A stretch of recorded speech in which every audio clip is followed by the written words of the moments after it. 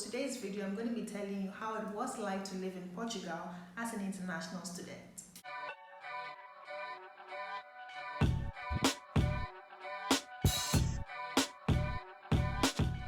He revealeth the deep and secret things. He knoweth what is in the darkness, and the light dwelleth with him. Daniel 2:22. Hey then, welcome back to my channel. If you do not know me, my name is Dorothy. I'm an Erasmus Master's student. I'm studying archaeological material science. Now, my first semester, I got to study in Portugal.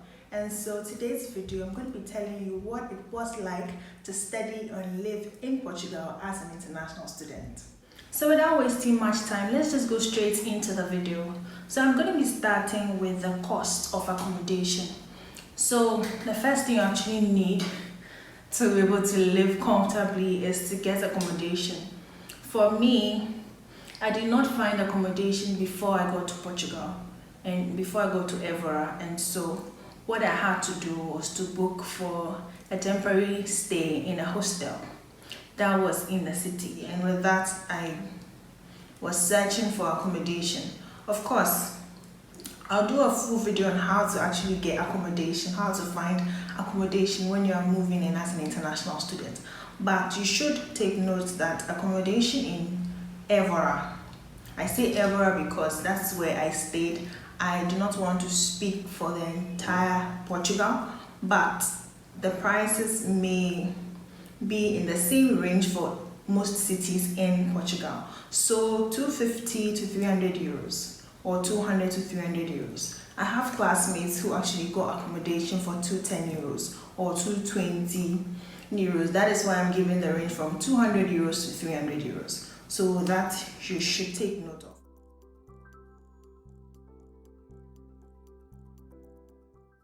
Now with the language, so thankfully most of the people that I came across with or came into contact with could speak English, and so I didn't really have to learn the language, but of course maybe just the basics of the language, like how to greet, how to say hello, how to say certain phrases that are common in Portugal, like maybe você fala inglês, like please do speak English. Usually you get a no or a yes or a not so much, and so yes, you should know just some basics of the language. Of course, in a country where the main language is, let's say their language is the main language that they speak, then you, of course you have to learn the language. But of course in Portugal it was not so difficult to survive there because most people that I came across with or came into contact with could speak English.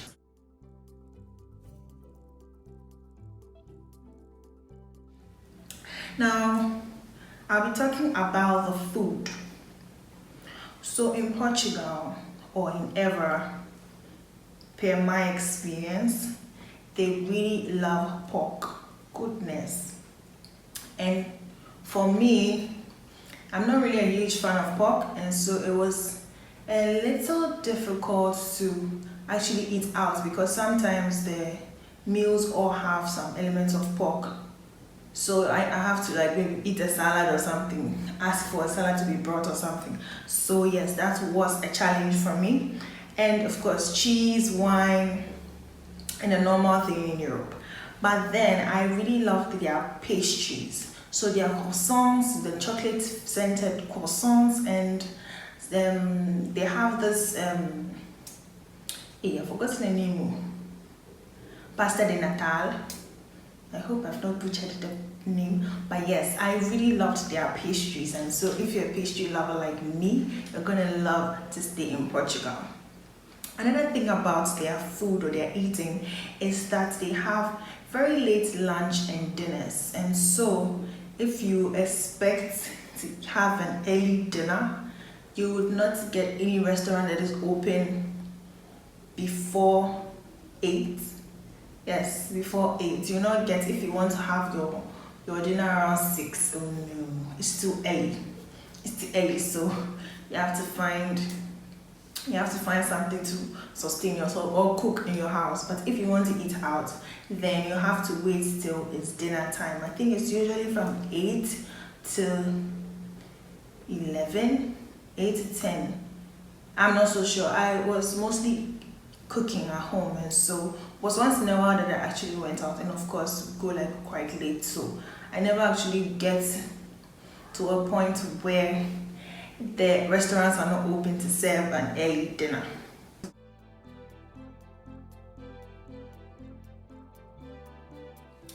Now with the weather, so in Portugal, thankfully as at the time I went there was no snow, and so what we actually had was rain in low temperatures, like from 1 degree to about 5 degrees. Yeah, we never actually went below zero for like the freezing. No. Even though it was mad cold, it was better than other places, as some of my friends have said. But yes, so the weather is usually mild, especially so if you've watched my tour in the Evora public garden, you'd notice that it was really sunny, and so yeah, that is mostly the weather that Portugal usually has most of the year. But of course, when it is getting to like December, the whole winter time, then they have like rainfall, and so that like really cold. Their nights are extremely cold. I recall the fact that I did not have a heater in my room as at the time I moved in, and so I had to request the landlady to get me a heater. But before she brought it, I really struggled in that cold room anyway, so yes.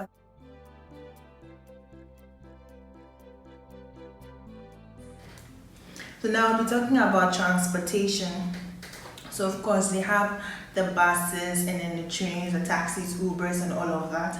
But for me, my home was actually close to the university, and so I actually never needed the bus or a cab to actually go to class. But if like I have like a trip to another city, of course you have to use the bus. Sometimes you have to use a train, so a bus, train, and then bus again.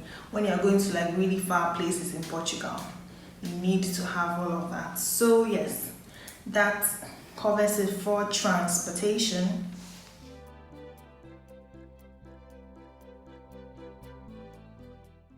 So to run you through the points I actually spoke about, the first thing is that the cost of accommodation is from 200 euros to 300 euros. So please come prepared.